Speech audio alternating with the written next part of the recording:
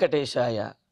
గురుర్బ్రహ్మా గురుర్విష్ణుః గురుర్దేవో మహేశ్వరః గురుః సాక్షాత్ పరం బ్రహ్మ తస్మై శ్రీ గురవే నమః. జటిలం చీరవసనం దండకారణ్యవాసినం మునివేషధరం ధ్యాయేత్ అరణ్యే కాండ ఉత్తమే.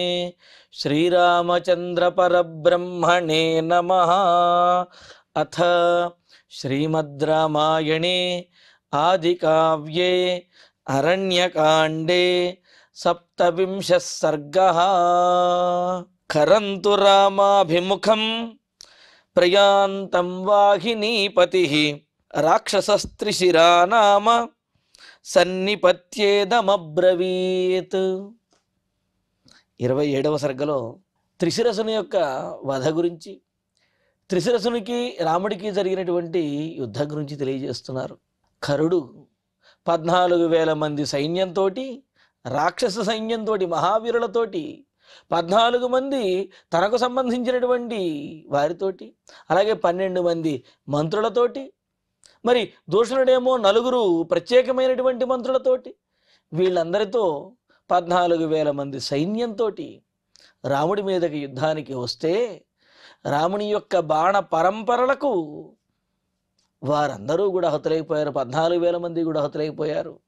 ఇంకా మిగిలింది ఆ యుద్ధంలో 3 మిగిలారు. కరుని పక్షంలోనేమో కరుడు, అదేవిధంగా త్రిశరసుడు మిగిలారు. రాముడి పక్షంలో రాముడు ఒక్కడే యుద్ధం చేశాడు కాబట్టి ఆయన. ఇంకా కరుడు ఎంతో కోపంతో ఉన్నవాడై ఊగిపోతూ తన వారిని ఇంతమందిని ఇంత దారుణంగా ఇలాగా వధించినటువంటి రాముడి మీద మరింత కోపంతో ఊగిపోతూ ఇంకా ఆ రథంతో తన ఆయుధములతోటి రాముడి మీద దాడి చేయడానికి చాలా వేగంగా రాముడి మీదకి దూసుకొస్తూ ఉన్నాడు. ఎందుకు అంటే కరుడు చెప్పినటువంటి మాటలకు, అంటే శూర్పణఖతో ఏమని చెప్పాడు, రాముడిని వధించడం అనేది అసలు పెద్ద పని కాదు, ఇంద్రుడు మొదలైనటువంటి దేవతలే నా ముందు నుంచోలేరు, అటువంటిది మానవుడైనటువంటి రాముడిని వధించడం అది చాలా సులువైనటువంటి పని అని చెప్పి చాలా మాటలు శూర్పణఖ దగ్గర చెప్పి మరి 14,000 మందిని సైన్యంతో వస్తే వారందరినీ రాముడు వధించాడు. పైగా ఒక్కడే రాముడు వధించాడు. శరీరానికి ఆ రాక్షసులు ప్రయోగించినటువంటి బాణములు తగులుతున్నప్పటికీ కూడా వాటిని పట్టించుకోకుండా ఏ విధంగా దానికి చక్కటి పోలిక కూడా చెప్పారు.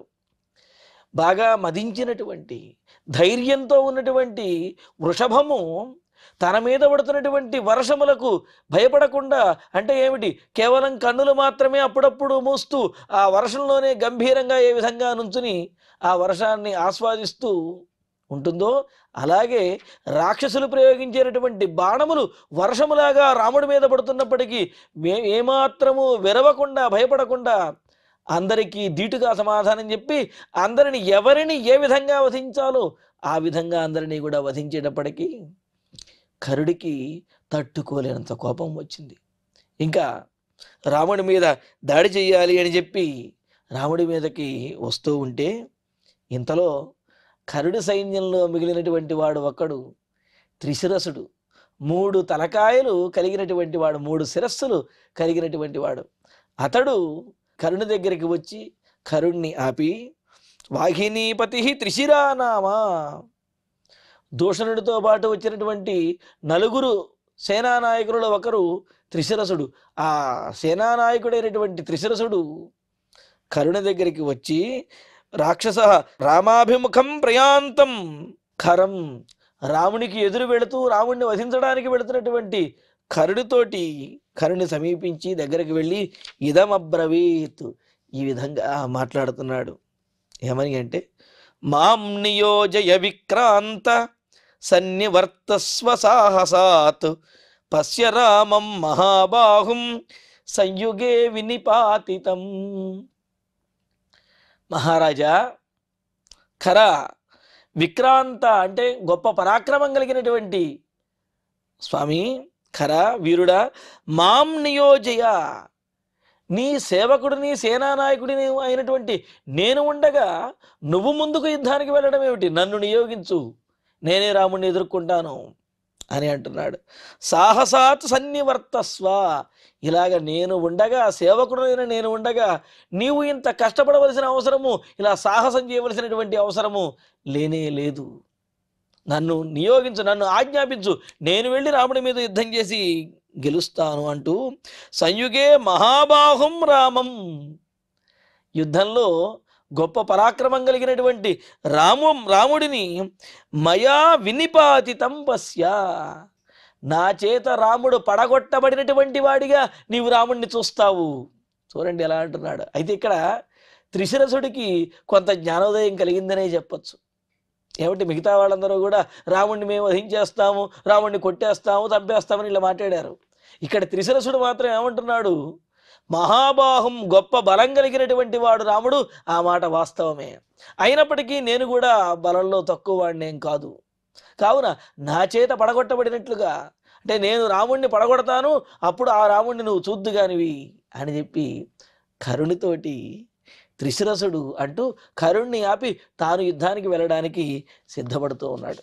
ఇక్కడ రాజనీతిలోనూ చెప్పేది ఏమిటి అంటే, తన సేవకులు లేకపోతే సేనానాయకులు వారు ఉండగా మహారాజు సాక్షాత్తుగా శత్రువు మీదకి యుద్ధానికి వెళ్ళకూడదు అని చెప్పి అంటున్నారు. ఎందుకండి అంటే, మొదట ఆ సేనానాయకుల వల్ల ఎవరి వల్ల కాకపోతే చివరి ప్రయత్నంగా ఇంకా రాజు తలపడాలి తప్ప వాళ్ళు ఉన్నప్పుడు రాజుగారు తలపడరు. ఇదే విషయం మనకు మహాభారతంలో కూడా తెలుస్తుంది. ఒకానొక సందర్భంలో దుర్యోధనుడు యుద్ధానికి బయలుదేరి యుద్ధంలో అర్జునుడిని ఓడించేయాలి అని చెప్పి ఆయన తహతహలాడుతూ యుద్ధానికి బయలుదేరితే అప్పుడు అశ్వత్థామ అంటాడు, మగిజీవతి గాంధారే నయుద్ధం కర్తుమర్హసి మా మనాదృత్య కౌరవ్య తవ నిత్యం హితైషిణం. మహారాజా, రాజరాజా, దుర్యోధన, నీకు హితాన్ని చేకూర్చడానికి పాటుపడేటటువంటి వారమైన నేను ఉండగా నీవు యుద్ధానికి వెళ్ళి, అంటే ఇంకెవరూ కూడా నాకు సహాయం చేయరు, లేకపోతే నేను చేయకపోతే ఇక పని కాదు అన్నట్లుగా నీవు యుద్ధానికి వెళ్ళవలసినటువంటి అవసరమే ఉన్నది. మేము జీవించి ఉండగా నువ్వు ప్రత్యక్షంగా శత్రువుతో తలపడవలసినటువంటి అవసరము లేదు. ప్రధానంగా మేమే ముందు తలపడతాము, మా చేత కాకపోతే అప్పుడు నీవు వెళ్ళవచ్చు, కానీ మేముండగా నువ్వు వెళ్ళకూడదు అని చెప్పి అశ్వత్థామ, అంటే ఆ దుర్యోధనుడిని ఆపి అశ్వత్థామ ముందుకు యుద్ధానికి వెళతాడు. అలాగా ఇక్కడ సైనికులు, సేనానాయకులు ఉన్నప్పుడు వారే శత్రువు మీదకి మొదట యుద్ధానికి వెళ్ళాలి. వారి వల్ల కాకపోతే ఆ తర్వాత రాజు వెళతాడనమాట. కావున రాజుకి రక్షణగా ఉంటూ రాజును రక్షిస్తూ మొదట వీళ్ళే యుద్ధానికి వెళతారు అనేది రాజనీతి. మరి ఆ విధంగా త్రిశిరసుడు కూడా కరుణ్ణి ఆపి తాను రాముడి మీదకి యుద్ధానికి వెళతాను అని చెప్పి అంటూ ఉన్నాడు. ఇక్కడ త్రిశిరస వధ ఏదైతే ఉన్నదో అది ఈ సర్గను ఎవరైతే వింటారో వారికి ఆధ్యాత్మిక, ఆదిభౌతిక, ఆదిదైవికమైనటువంటి తాపత్రయములు ఏవైతే ఉన్నాయో ఇవి తొలగుతాయి అని చెప్పి అన్నారు. ఏమిటి ఆధ్యాత్మికము అంటే, ఆధ్యాత్మికం అంటే మన మనస్సుకి, మన శరీరమునికి, మనకు సంబంధించినటువంటి ఇబ్బందులు ఏవైతే ఉంటాయంటే, శరీరానికి మనసుకు కలిగే ఇబ్బందులు, జ్వరము కానివ్వండి, మోహము కానివ్వండి, ఇటువంటి వాటిని ఆధ్యాత్మిక తాపము అని అంటారు. ఇక ఆది భౌతికము అని అంటే, భూతములు అంటే ప్రాణులు అని అర్థం. అలాగా ఇతర ప్రాణుల వల్ల కానీ, ఇతర మనుషుల వల్ల కానీ, అంటే పాములు, తేళ్ళు, జరులు, పులులు, లేకపోతే ఇతర మనుషులు, వీరి వల్ల మనకు కలిగే బాధ ఏదైతే ఉందో, తాపము, అపాయము, వాటిని ఆది భౌతికము అని అంటారు. ఇక ఆది దైవికము అని అంటే, ఆది దైవిక తాపము అని అంటే గనక ప్రకృతి దివ్యమైనటువంటి అంటే ఏమిటి, ఆకాశము నుండి వచ్చేవి, అలాగే అగ్ని, వాయువు, జలము, వీటి వల్ల కలిగేటటువంటివి, పిడుగులు, అదేవిధంగా మెరుపులు, ఈ విధంగా ఈ వర్షము, వీటి వల్ల కలిగే ఇబ్బందులు ఏవైతే ఉన్నాయో వాటిని ఆది దైవికము అని చెప్పి అంటారు. ఈ తాపత్రయాలు ఏవైతే ఉన్నాయో మూడు, ఈ తాపత్రయమును స్వామి తొలగిస్తాడు. ఈ సర్గను ఎవరైతే వింటారో వారికి ఈ తాపత్రయాలు తొలగుతాయి అంటున్నారు. ఇక్కడ ఎందుకని అని అంటే, త్రిశిరసుడు ఈ మూడు తాపములకు, ఆధ్యాత్మిక, ఆది భౌతిక, ఆది దైవిక తాపత్రయములు ఏవైతే ఉన్నాయో ఈ మూడింటికి రాశీభూతమైనటువంటి, లేకపోతే ఈ మూడు శిరస్సులుగా కలిగినటువంటి రాక్షసుడే త్రిశిరసుడు. అటువంటి త్రిశిరసుణ్ణి వధించినటువంటి రాముడు ఈ ఘట్టాన్ని వినటువంటి భక్తులందరికీ కూడా ఆ 3 తాపత్రయములను పోగొడతాడు.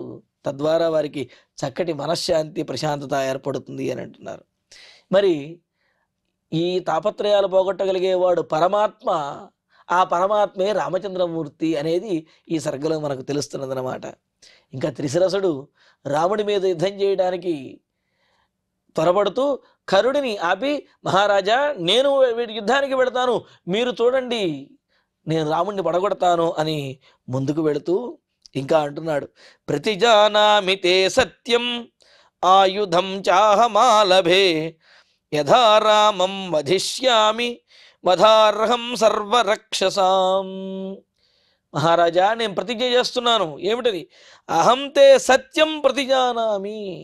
నీకు నేను నిజము చెబుతున్నాను. ఏమిటా నిజమంటే? ఆయుధమాలభే. పైగా నేను ఈ ఆయుధాన్ని ధరించి ఆయుధాన్ని తాకి నేను ప్రమాణం చేసి ఒట్టుబెట్టి చెబుతూ ఉన్నాను. సర్వరక్షసాం వధార్థం రామం వధిష్యామి. మన రాక్షసులందరినీ కూడా వధించినటువంటి వాడు, సర్వరక్షసాం వధార్హం, రాక్షసులందరి చేత కూడా చంపబడవలసినటువంటి వాడు అయిన రాముడిని నేను వధించేస్తాను, కావాలంటే చూడండి అని చెప్పి త్రిశిరసుడు కరుణ దగ్గర ప్రతిజ్ఞ చేసి ముందుకు వెళుతున్నాడు, శపథం చేస్తూ ఉన్నాడు అనమాట.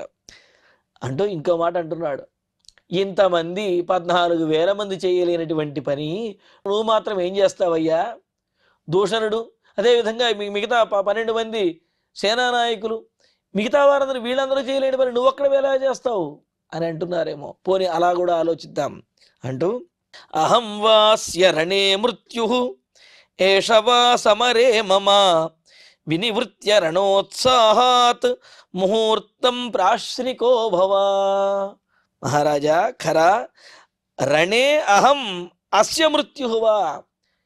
నాకు రాముడికి జరగబోయే యుద్ధంలో నేను రాముడికి మృత్యువును అవ్వచ్చు, అంటే నా చేతిలో రాముడు హతుడవ్వచ్చు, తద్వారా నేనే రాముడికి మృత్యువును అవ్వవచ్చును, అంటే మృత్యువునై రాముడిని వధిస్తానేమో. లేదా ఏషః మమ మృత్యుర్వా, రాముడే నాకు మృత్యువై నన్ను వధించవచ్చునేమో.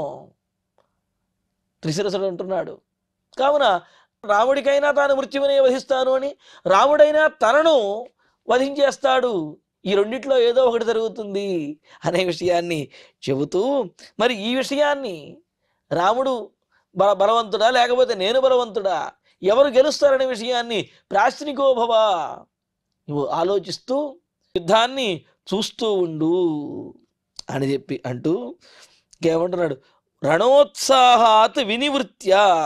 రాముడితో యుద్ధం చేయాలనే యుద్ధోత్సాహంతో వెళుతున్నారు, కానీ ఆ యుద్ధోత్సాహాన్ని ఆపుకుని కొంతసేపు నేను చేసేటటువంటి యుద్ధాన్ని చూసి ముహూర్తం ప్రాశ్నిక భవ, కొద్ది సమయం పాటు ఎవరికి జయం కలుగుతుంది ఎవరికి అపజయం కలుగుతుంది అనే విషయాన్ని నిర్ణయిస్తూ, వీడు బాగా యుద్ధం చేశాడా వాడు బాగా యుద్ధం చేశాడా అనే విషయాన్ని పరిశీలిస్తూ కొంత సమయం కూర్చో, ఆ తర్వాత నీవు చేయదలుచుకుంది చేయవచ్చు అంటున్నాడు. ఇక ఆ తర్వాత నేనేం చేస్తానయ్యా అని కరుడు అంటాడని దానికి కూడా సమాధానం చెబుతున్నాడు. ప్రహృష్టో వా హతే రామే జనస్థానం ప్రయాస్యసి మయి వా నిహతే రామం సంయుగాయోపయాస్యసి. ఖరా యుద్ధంలో నేను గనక గెలిచినట్లయితే, అంటే త్రిశిరసుడు అంటున్నాడు, నేను రాముణ్ణి వధించి నేను గనక గెలిచినట్లయితే ప్రహృష్ట పట్టలేనంత ఆనందాన్ని పొందినటువంటి వాడివై చాలా విజయ గర్వంతో జనస్థానం ప్రయాస్యసి, నువ్వు జనస్థానానికి మనం వెళ్ళవచ్చును. నేను గనక రాముణ్ణి యుద్ధంలో ఓడించేసి వధించేస్తే ఆ ప్రకృష్టమైనటువంటి ఆనందంతో సమరోత్సాహం అంటే యుద్ధోత్సాహం విజయోత్సాహంతో మనం జనస్థానానికి వెళ్ళవచ్చును. లేదా మయి నిహతే సతి వా అంటూ, ఒకవేళ రాముడి చేతిలో కనుక తాను అంటే ఆ త్రిశిరసుడే కనుక వధింపబడినట్లయితే సంయుగాయ రామం ఉపయాస్యసి, అప్పుడిక నువ్వు రాముడి మీదకి యుద్ధానికి వెళ్ళవచ్చు. రెండూ నీకు అనుకూలమైనదే. నేను రాముణ్ణి వధించేశానా, ఆ ఆనందంతో విజయోత్సాహంతో జనస్థానానికి వెళ్ళవచ్చు. లేదా రాముడి చేతిలో త్రిశిరసుడే కనుక తాను మరణించాడా, అప్పుడు ఇక కరుడొక్కడే మిగులుతాడు. కావున అప్పుడు ఆ కరుడు రాముడి మీదకి యుద్ధానికి వెళ్ళవచ్చు అని అంటూ, ఒకవేళ అంటే ఇక్కడ త్రిశిరసుడు చెప్పేది, నేను రాముడితో చేసే యుద్ధంలో గెలిచానా అది ఆనందకరమే, ఒకవేళ ఓడిపోయానా అది కూడా నీకు ఆనందకరమే. ఎందుకు అంటే అప్పుడు నీకు సాక్షాత్తుగా రాముడితో యుద్ధం చేసే అవకాశం వస్తుంది. కావున నాకు ఒక్క అవకాశం ఇచ్చి మా బలపరాక్రమములను యుద్ధ విద్యలను నీవు పరీక్షిస్తూ చూస్తూ ఉండవయ్యా అని చెప్పి అంటూ, ఇంకా నువ్వు నేను గతించేస్తే ఆ తర్వాత రాముడితో నువ్వే యుద్ధం చేయవచ్చును అనే విషయాన్ని కూడా ఆ త్రిశిరసుడు కర్ణుడితో చెప్పాడు. చెప్పి కరస్త్రిశిరసాతేన మృత్యులోభాత్ ప్రసాదితః గచ్చ యుద్ధేత్యనుజ్ఞాతః రాఘవాభిముఖో యయౌ. సహజంగా అయితే జరిగినటువంటి యుద్ధాన్ని చూసిన తర్వాత నాయకుడు, ఆ సైన్యానికి రాజు అయినటువంటి కరుడు త్రిశిరసుడు యుద్ధం చేస్తాను అని అన్నా, వద్దు నాయన నువ్వు వెళ్ళినా ఏమీ చెయ్యలేవు, నేనే యుద్ధానికి వెళతాను అని చెప్పి అనాలి. కానీ త్రిశిరసుడికి కాలం సమీపించింది. అందువలన ఆయన చెప్పినటువంటి త్రిశిరసుడు చెప్పినటువంటి మాటలను కరుడు విని ఇంకా అతన్ని యుద్ధానికి వెళ్ళడానికి ఒప్పుకున్నాడు. అదే మాట చెబుతున్నారు చూడండి, కరహ తేన త్రిశిరస మృత్యులోభాత్ తస్మాత్ ప్రసాదితః. ఇంకా కరుడు త్రిశిరసుడు చెప్పినటువంటి మాటలకి ఒప్పుకున్నట్ట. ఎందుకు ఒప్పుకున్నాడంటే మృత్యులోభాత్, త్రిశిరసుడు రాముణ్ణి వధించాలి అనే లోభంతో మృత్యువుని కౌగలించుకోవడానికి వెళుతున్నాడు, మృత్యువుని సమీపిస్తూ ఉన్నాడు. అలా మృత్యువు సమీపించి ఉన్నటువంటి త్రిశిరసుడు యుద్ధానికి వెళ్ళడానికి కరుడు ఒప్పుకున్నాడు. దానికి కారణం ఏమిటంటే ఇతడి కాలం సమీపించడమే అంటూ, ఇది ఖరేణ అనుజ్ఞాత గచ్చ, సరే నువ్వు ఇంతగా చెబుతున్నావు కావున రాముడితో యుద్ధానికి నువ్వు వెళ్ళు అని చెప్పి కర్ణ చేత ప్రేరేపించబడిన వాడే, కర్ణ చేత అనుజ్ఞ ఇవ్వబడినటువంటి వాడైన అనుజ్ఞాత రాఘవాభిముఖ యయౌ, రామచంద్రునికి ఎదురుగా ఇక త్రిశిరసుడు ఆయుధములను ధరించి రాముడితో యుద్ధం చేయడానికి వెళ్ళాడు. వెళ్ళి త్రిశిరాశ్చరథేనైవ వాజియుక్తేన భాస్వత అభ్యద్రవద్రణే రామం త్రిశృంగ ఇవ పర్వతః. త్రిశిరసుడు ఒక రథంలో బయలుదేరాడు రాముడి దగ్గరికి. ఎలా ఉన్నది, త్రిశిరాశ్చ వాజియుక్తేన రథేనైవ, మంచి గుర్రములు కట్టినటువంటి రథంలోనే, వేగంగా వెళ్ళినటువంటి గుర్రములు కట్టిన రథంలోనే, త్రిశృంగ పర్వత ఇవ, 3 శిఖరములు కలిగినటువంటి ఒక పెద్ద పర్వతంలాగా. సహజంగా ఒక పర్వతానికి ఒక శిఖరం ఉంటుంది, అదే చాలా పెద్ద పర్వతం అయితే ఆ పర్వతం మీద 3 శిఖరములు ఉంటాయి కదా. అలాగా 3 శిఖరములు కలిగినటువంటి పర్వతంలాగా 3 శిరస్సులు కలిగినటువంటి త్రిశిరసుడు రాముడి మీదకి యుద్ధానికి వెళ్ళాడు. ఎలాగా రథంలోనే వెళ్ళాడు. రణే రామం అభ్యద్రవతు, ఇక ఆ యుద్ధంలో రాముడిని ఎదుర్కోవడానికి రాముడి మీదకి పరిగెత్తి ఉబికి ఆ రథంలో వెళ్ళాడు త్రిశిరసుడు. శరధారా సమూహాన్ సహ మహామేఘ ఇవోత్సృజన్ వ్యసృజత్ సదృశం నాదం జలార్ద్రస్యతు దుందుభేః. త్రిశిరసుడు రాముడి మీద యుద్ధానికి వెళుతూ, పైగా ఇక్కడ చావో రేవో తేల్చుకోవాలి అనే ఉద్దేశంతో త్రిశిరసుడు వెళ్ళాడు. తెగించి వెళ్ళినటువంటి వాడు వెనకడుగు వేయడు. కావున ఇక్కడ వెనకడుగు వేసేది పారిపోవడం ఏమీ లేదు. యుద్ధం చేసి గెలవడమా, ప్రాణాలు కోల్పోవటమా, ఇదే త్రిశిరసుడు యొక్క లక్ష్యం. దాంతో ఇక్కడ ఆ త్రిశిరసుడు మహామేఘంలాగా, పెద్ద మేఘంలాగా శరధారా సమూహాన్ని ఉత్సృజన్, మేఘము నీటిధారలను ఏ విధంగా అయితే కురిపిస్తుందో అలాగే త్రిశిరసుడు శరధారలు అంటే బాణవర్షమును రాముడి మీద కురిపిస్తూ, అలా జలార్ద్రస్య దుందుభేః సదృశం, ఒక పక్క శరవర్షాన్ని, బాణవర్షాన్ని రాముడి మీద కురిపిస్తూ మరొక వైపున గర్జిస్తూ ఉన్నాడు. ఆ గర్జన ఎలా ఉన్నది అంటే, నీరు తగలటం వల్ల అంటే కాస్త తడి తగలటం వల్ల బిగుసుకుని చాలా గట్టిగా మోగుతున్నటువంటి యుద్ధ దుందుభి ఏ విధంగా ఉంటుందో ఆ దుందుభిలాగా ఆ త్రిశిరసుని యొక్క ధ్వని, ఆ గర్జన ధ్వని, అదేవిధంగా బాణప్రయోగముల యొక్క ధ్వని అంత దారుణంగా వినిపిస్తున్నదన్నమాట. అలాగా దుందుభేహే సదృశం నాదం యసృజతు, నీటి చేత తడిసి బిగుసుకుని బాగా మోగుతున్నటువంటి దుందుభిలాగా ఆయన యొక్క నాదము, సింహనాదము గర్జన, త్రిశిరసుని యొక్క గర్జన అలా వినిపిస్తూ ఉన్నది. అలా అరుస్తూ గర్జన చేస్తూ రాముడి మీద బాణవర్షమును కురిపిస్తూ ఉన్నాడనమాట. ఇందులో మరో విశేషం ఏమిటి అంటే, త్రిశిరసుడు 3 శిరస్సులు కలిగిన వాడే కానీ అంత స్వరం అనేది లేదనేది కూడా ఇందులో అంతర్భూతంగా కనిపిస్తూ ఉన్నది.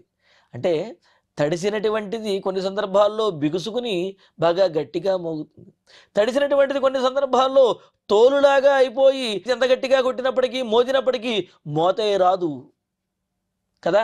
అలాగ ఇక్కడ తడిసినటువంటి దుందుభి ఏ విధంగా అయితే ఎంత గట్టిగా మోదినప్పటికీ శబ్దము రాదో, అలాగా ఈ త్రిశిరసుడు ఎంత గర్జించినప్పటికీ కూడా ఆ గర్జన రామచంద్రుడు వినిపించుకోవటం లేదు, ఆ గర్జన పెద్దగా వినిపించటం లేదు అనే అర్థం కూడా ఇందులో చెబుతున్నారు అన్నమాట. అలాగా ఆగచ్చంతం త్రిశిరసం రాక్షసం ప్రేక్ష్య రాఘవ ధనుషా ప్రతిజగ్రాహ విధూన్వన్ సాయకాన్ శితాన్. తన మీద యుద్ధం చేయడానికి అత్యుత్సాహంతో బాణవర్షం కురిపిస్తూ పరాక్రమాన్ని చూపిస్తూ వస్తున్నటువంటి రాక్షసం త్రిశిరసం, రాక్షసుడైనటువంటి ఆ త్రిశిరసుణ్ణి ప్రేక్ష్య చూచాడు రాముడు.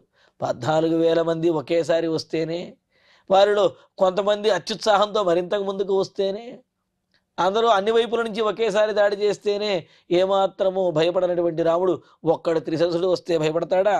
అతన్ని చూచి రాఘవ ధనుషా సితాన్ సాయకాన్ విధూన్వన్, తన ధనుస్సుతోటి వాడి అయినటువంటి పదునైనటువంటి బాణములను విడుస్తూ ప్రయోగిస్తూ ప్రతిజగ్రాహ ఆ త్రిశిరసుని యుద్ధానికి ఆహ్వానించాడనమాట. అంటే యుద్ధంలో ఆహ్వానించడం కూడా బాణాలతో కొట్టే ఆహ్వానిస్తాడు. యుద్ధానికి వెళ్ళేవాడు కూడా, యుద్ధానికి వచ్చేటువంటి వాడు కూడా బాణములను శత్రువు మీద ప్రయోగిస్తాడు.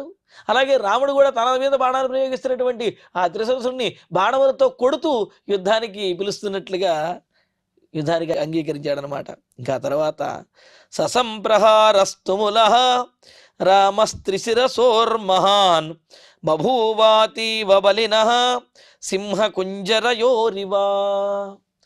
రాముడికి త్రిశిరసునికి జరుగుతున్నటువంటి యుద్ధము చాలా భయంకరంగా ఉన్నదన్నమాట.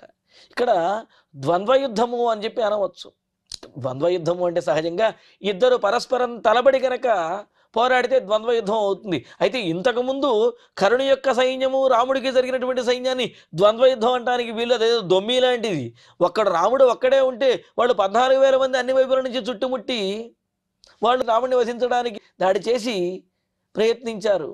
కానీ ఇక్కడ ద్వంద్వయుద్ధంలాగా ఉన్నది. అది కూడా ఎలా ఉన్నదంటే, సింహము ఏనుగు ఒకేసారి తలబడితే ఒకరి మీద ఒకరు తలబడుతూ పోటాపోటీగా పోట్లాడుకుంటూ ఉంటే ఎలా ఉంటుందో అలాగా రాముడేమో సింహములాగాను, ఆ త్రిశిరసుడేమో ఏనుగులాగాను ఈ విధంగా తలబడి పోట్లాడుతున్నట్టుందిట. ఎంత పోట్లాడినా ఆ సింహానికి ఏనుగు భయపడవలసిందే కదా. అలాగా సహ సంప్రహార అతీవ బలినః, వారిరువురు యుద్ధము కూడా చాలా బలం కలిగినటువంటి సింహ కుంజరయోహో, సింహానికి ఏనుక్కి జరుగుతున్నటువంటి సంప్రహార ఇవ యుద్ధములాగా బభూవ, చాలా భయంకరంగా పోటాపోటీగా యుద్ధం జరుగుతూ ఉన్నది.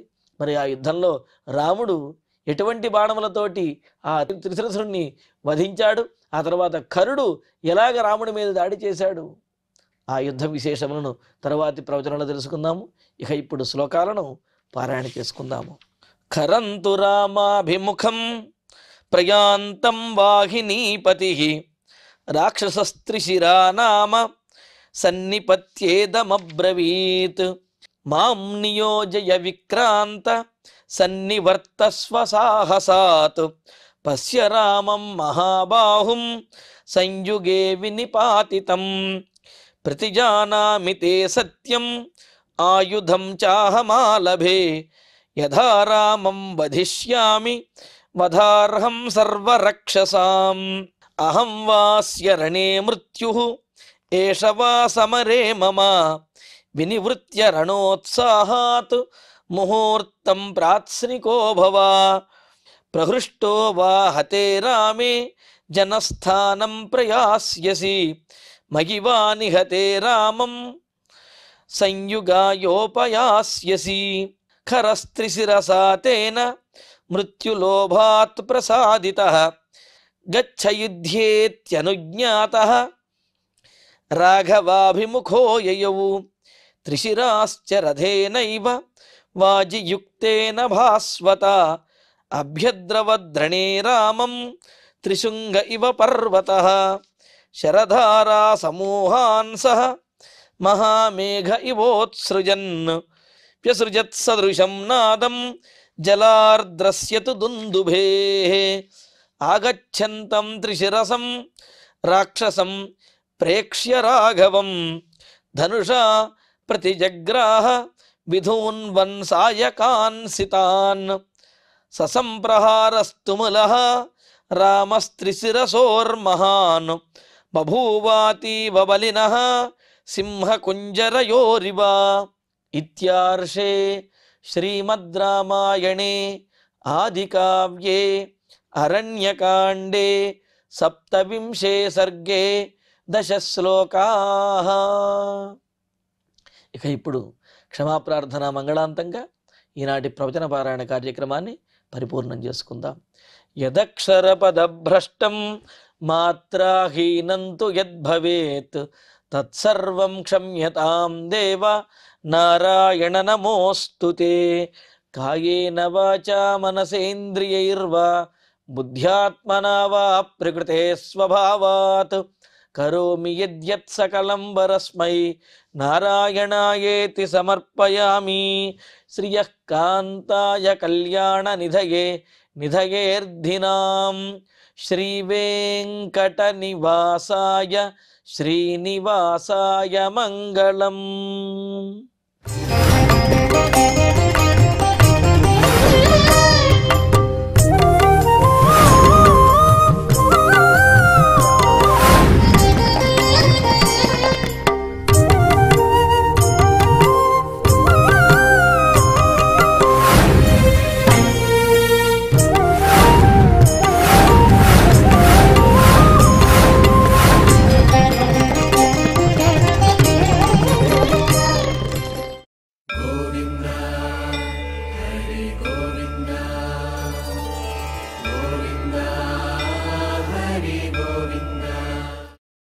Oh